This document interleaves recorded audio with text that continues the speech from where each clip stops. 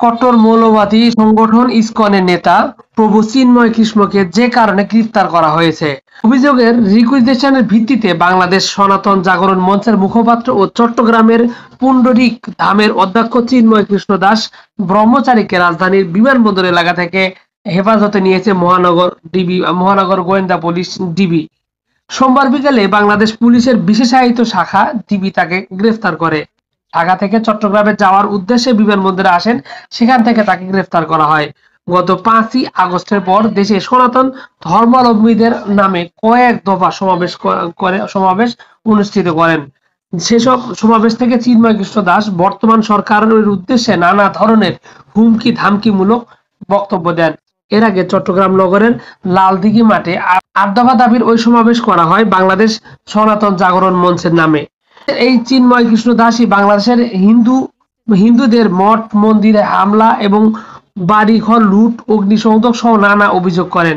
অথচ তার বিরুদ্ধেই দেশের সাম্প্রদায়িক সম্প্রীতি নষ্ট করার অভিযোগ রয়েছে। বিভিন্ন সময় তিনি উস্কানিমূলক বক্তব্য দিয়ে থাকেন। চিন্ময় কৃষ্ণ দাস আলোচিত হিন্দু সংগঠন ইসকনের অন্যতম সংগঠক। তিনি সনাতন জাগরণ মঞ্চের মুখপাত্র হিসেবেও দায়িত্ব পালন করেন।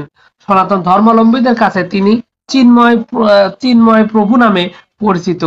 জাতীয় পতাকা অবমাননার অভিযোগে রাষ্ট্রদ্রোহ মামলায় গত 30 অক্টোবর সনাতন ধর্মাবলম্বীদের সংগঠন আন্তর্জাতিক শ্রীকৃষ্ণ ভবনামৃত সংঘের ইসকন আলোচিত সংগঠক চিন্ময় কৃষ্ণ দাস ব্রহ্মচারী সহ 19 জনের বিরুদ্ধে গ্রেফতার দায়ের করা হয়।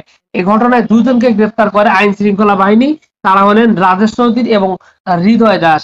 মোহাম্মদ ফিরোজ খান নামক এক ব্যক্তি বাদী হয়ে নগরীর কোতোয়ালি থানায় একটি মামলা দায়ের করেন।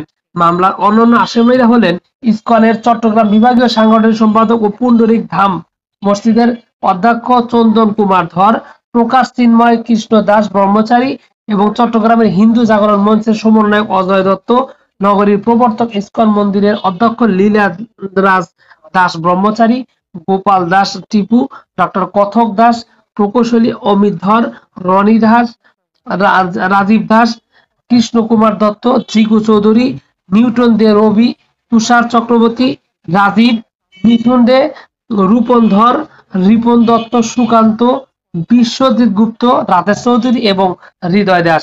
এই মামলায় অজ্ঞাত আরো 15 থেকে 20 জনকে আসামি করা হয়েছে।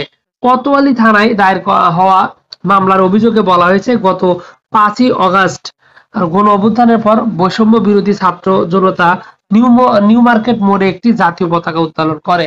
গত 15ই অক্টোবর লালদিঘি মোড়ের সমাবেশের ওই দিন পতাকার উপর সাম্প্রদায়িক ধর্মীয় গোষ্ঠী ইসকনের গেরুয়া রঙের ধর্মীয় পতাকা উত্তোলন করে স্থাপন করে দেওয়া হয়, যা রাষ্ট্রের অখণ্ডতাকে অস্বীকার করার শামিল।